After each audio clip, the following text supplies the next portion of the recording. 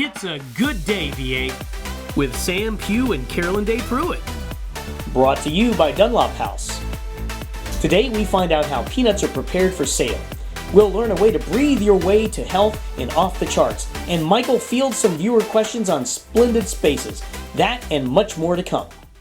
My favorite thing about my job is I get to walk through the doors and see the residents smiling and happy, ready for the day to see what kind of activities we have going on. My name is Rachel Barefoot, and I'm the activities director here at Dunlop House. We do things like physical exercise, fun arts and crafts.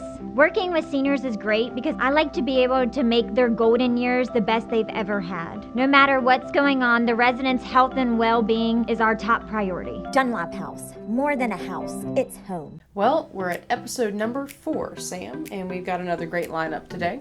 Yeah, great show ahead. Looks like we'll get to talk to John Brandt with the new Southern Virginia Chamber of Commerce. I'm looking forward to seeing how this merger of two city chambers are going to help our local business. It should be interesting. We also have some viewer questions for a segment host. Chai travels way back in time without leaving Dinwiddie County, and we're going to learn how to breathe. Learn to breathe? You mean I've been doing it wrong? Well, I mean, you're still here, so obviously you've been doing okay with the whole breathing thing. But I think we're really going to learn how to use breathing techniques to improve our health. Well, that sounds like a breath of fresh air.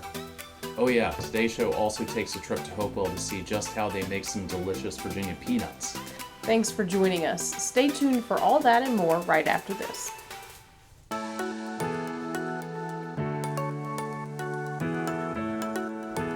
Yes, you can still get haircuts, colors, highlights, waxing services, everything that's going to make you look great right here at the Apothic Company.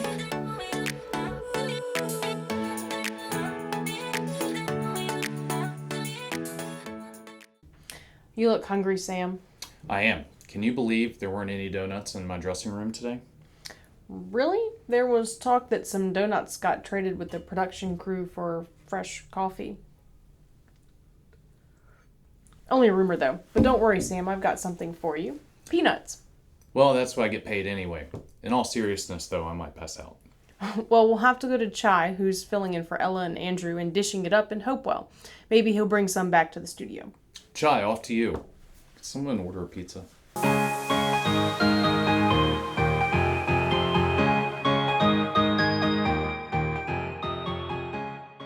I'm filling in for Ellen and Andrew this week, and I'm excited because we're here at Appomattox River Peanut and Wine Company, and we're going to meet Randy Seeley, and he's going to walk us through how he makes these fantastic peanuts. I'm here with the owner of Appomattox River Peanut and Wine Company, Randy Seeley, and we're going to go over the different steps of the process to get peanuts ready for you. First thing we do, we buy the peanuts in 2,000-pound, they call them totes, but they're actually big bags. Sure. We bring them in here. Now normally we do a few 100 pounds at the time, but for demonstration purposes, this is a whole lot easier. We Sure. soak the peanuts in the hottest oil we can get out of the faucet for 25 minutes. Not too long, they get hard, not long enough, they're not as good. The soaking does two things. It makes the peanuts bigger, they're 25% bigger, but it also creates those little blisters that you see on cocktail style peanuts that people like. They know it's hand cooked, they know it's gourmet, they know it's kind of a boutique product. It gives you that texture that you enjoy when you bite into it. It does. It's totally different than air roasted peanuts. Mm-hmm. We do cook in 100% peanut oil. We always have, we always will. It holds the heat better, and honestly it just makes sense because it gives it a peanutty flavor, where if you cook in something like a vegetable oil or blended oil or canola or palm, it tends to impart that flavor on the peanut. Sure. This is 100% peanut oil peanuts. Go ahead.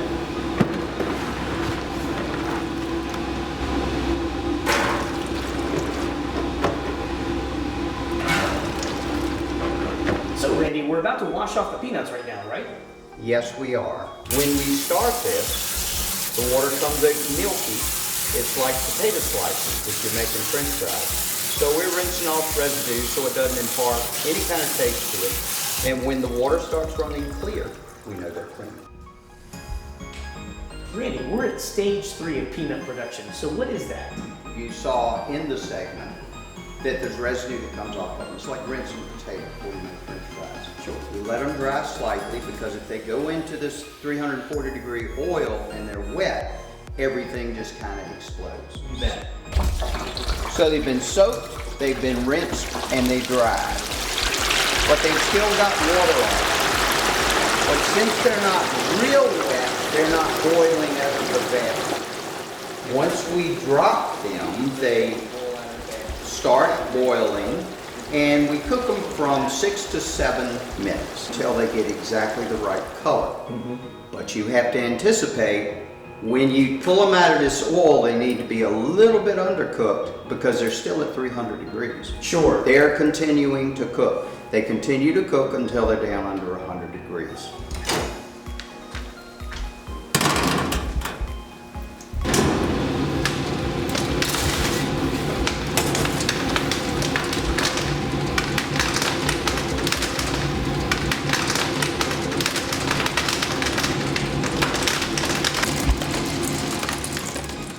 So the last step is to put them in the mixer, measure the amount of peanuts, measure the amount of salt, so they're not too salty, not too light. After that, we put them in a container. If they're ready for processing, we do all the processing, canning, bagging right here. Now, I understand, Randy, this is an all Virginia product. Absolutely. We buy the peanuts from Wakefield Peanut Company. They come from the local farms in Sussex, Surrey, Wakefield, Waverly. Everything is local because we want to support Virginia and Virginia companies. Now, how many do you do a year? We do 40 to 50,000 pounds a year. We can do up to 2,500 pounds a day cooking and processing. That's amazing. Well, thanks, Randy. I appreciate you taking the Guy, time to thank you show for us. coming in today. And Sam, I hear you're hungry, so I'm bringing these peanuts to the studio. Thanks, Chai. While you're waiting for those peanuts, it seems some viewers are waiting for answers. That's right. In fact, Michael may be the first of the Good Day VA crew to get fan mail. Well, sort of. He's got fan questions. Michael, Splendid Spaces has caused a bit of a buzz, generating some questions from our viewers, so we thought we'd do a little Splendid Spaces Q&A. Last show, you discussed your top 5 lighting trends for homes. It seems inquisitive minds want to know if you see any of those styles also applying to outdoor lighting. Absolutely. Especially the matte black metal trend. We're seeing that a lot in outdoor lighting, particularly as outdoor lighting is going more dark sky friendly.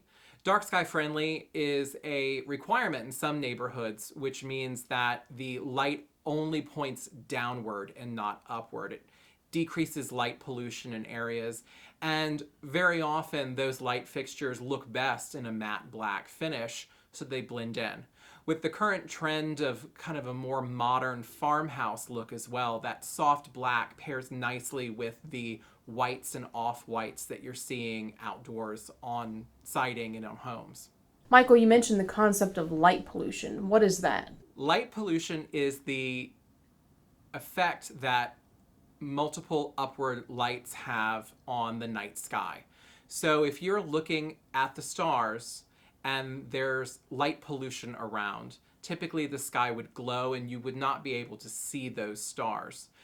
In rural neighborhoods and in a lot of planned communities, the requirements now state that the exterior lighting of your property must be dark sky compliant, meaning any light encased in a fixture outside must only be pointed down to remove that upward reflection of light into the sky. When it comes to lighting, how trendy should I be when designing or remodeling a home? Well, trends are only as good as they last, and most trends don't last very long. If you want to make a large investment and you want that investment to last, don't go trendy, go classic. Trends are for those who want to change things more frequently and or stay on top of current looks, always have their home updated. Long-term investments should be more classic if you want them to last. Trendy colors, trendy lights, and any kind of home decor trend is only going to last as long as that trend lasts. Most trends do not last longer than a decade, so some of them only last one season. If you're looking for a long-term or you're building without the ability to change later, I would stick to the classics, good architectural classic style never goes out of fashion. Thanks, Michael. Well, Sam, it's time to breathe. Great. I've been holding my breath this whole time in anticipation. Oh, you do look a little blue today. Well, I am blue, but it's just the sadness of hunger pains. Okay, then, let's go to Dr. Phillip, who's filling in for Dr. Sandy this week, and see how we can improve our health through breathing.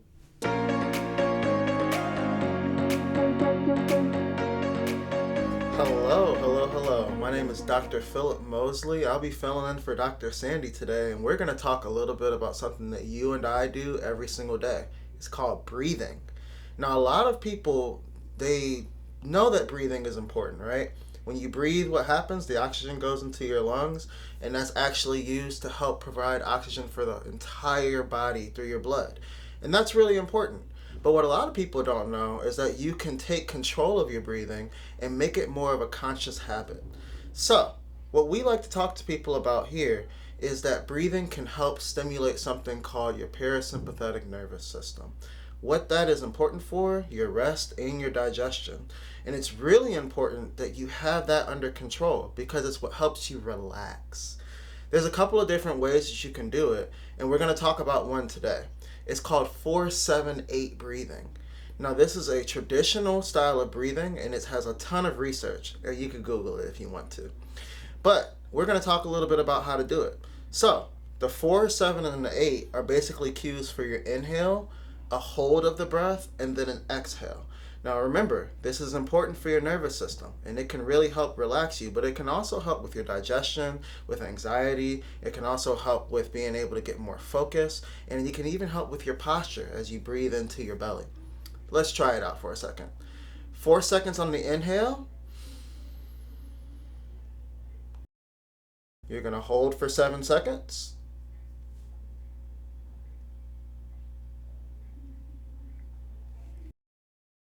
And an 8-second exhale.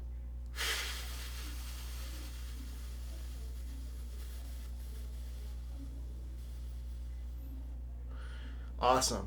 What I suggest for you to do is try that out for 4 rounds if you're beginning breathing. But if you want to really go for it, feel free to go anywhere from 4 to 8 rounds. Again, this is Dr. Phillip Mosley, and we're so happy you're here. Colonial Plumbing, Heating, and Air offers service with a smile. They're a family-owned and operated service company located in Colonial Heights. Their hand-picked team is dedicated to delivering top-rated service with a satisfaction guarantee. We're different from the status quo. Our people, our service, our products. They're revolutionary. Today we welcome to the studio John Brandt, the Executive Director of the Southern Virginia Regional Chamber. Welcome, John. Hey, thank you for having me. Absolutely. So, John, first, what is the role of a Chamber of Commerce in its community? So we are here to promote businesses, to connect our communities together. And in fact, our tagline for the Chamber is building businesses and bridging communities. So with so many civic groups, nonprofits, BNI groups, why is the Chamber still so relevant today? So the Chamber has gone through a wide transformation in the last 6 years that I've taken charge of the Colonial Heights Chamber. And so we're trying to reinforce what chambers do.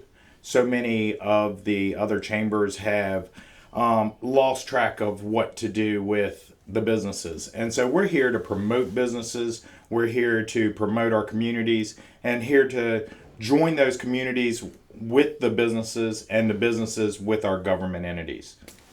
So why was this merger between the Colonial Heights Chamber of Commerce and the Petersburg Chamber of Commerce so important? So 10,000 foot view of the whole deal is that years ago we had worked together as a communities in the Tri-Cities to have a true regional chamber of Colonial Heights, Petersburg, Hopewell, Prince George, Dinwiddie, because we all draw from the same group of businesses in the area. Mm-hmm. And so many businesses are a member of all the organizations.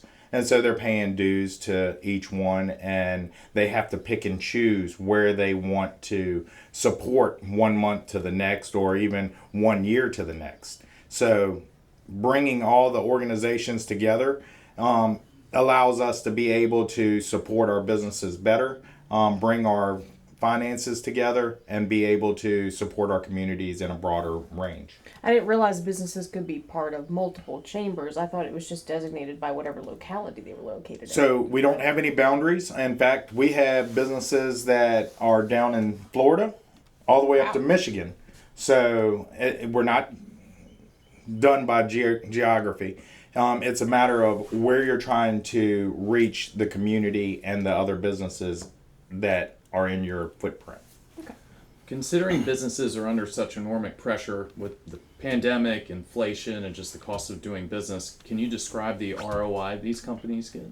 Our initial investment to become part of the Southern Virginia Regional Chamber is a very low investment price. The initial investment price is $150 that is prorated from now until January 2023. And so when they get into the investment, they get a sub-website off the Colonial Heights Petersburg Chamber, and they also get we have a weekly newsletter that we will be issuing out, and also they get the promotion on social media and also throughout our communities through our monthly meetings and our other events that we put on. So many people understand that business side of the chamber, but can you speak on the role that the chamber plays in enhancing the quality of life for the whole community? Sure. So with so many events that we do as Southern Virginia Regional Chamber, we have the Grapes and Hops Festival. We just finished with the Tri-Cities Home and Garden Show, which brings people into our communities, and it allows us to be able to just be able to promote our communities as a whole. I just see such a growth potential for Petersburg and Colonial Heights right now. That's exciting. It's exciting. Very good. Well, we look forward to seeing what the new regional chamber is going to be doing over the next few years. Come out, check us out. Whatever we can help you with, we're glad to help you. Well, thank you. Thank you so much for being here with us today. Absolutely. It's time to catch a culinary wave. Fresh food, good vibes, and great service. From their homemade pickles, spreads, and hearty fresh-made sandwiches to their full bar featuring unique tropical cocktails. Wave Sandwich Company delivers a tsunami of flavors that will wash over your taste buds. Chai just found a great local spot that will make you feel like you're visiting one of the Smithsonian museums in Washington, D.C., and he didn't have to travel further than Dinwiddie County. That's right, Sam. Let's see what Uncommonwealth Chai has uncovered. I'm Chai Gallahan, and we're at Pamplin Historical Park in the National Museum of the Civil War Soldier, and we're cooking up for you a great show. Howdy, fellas. We're here in the museum in an exhibit that allows you to follow the particular journey of a soldier throughout the Civil War. Starting out with camp life, you can learn about disease, camp life in general, drill, food, and see and feel and experience what it's like to be camped during the Civil War. Pamplin Historical Park was founded in 1994, and the museum that we're in opened in 1999. If you think it's tough to get your cell phone taken away, come to the museum to learn what real discipline was like.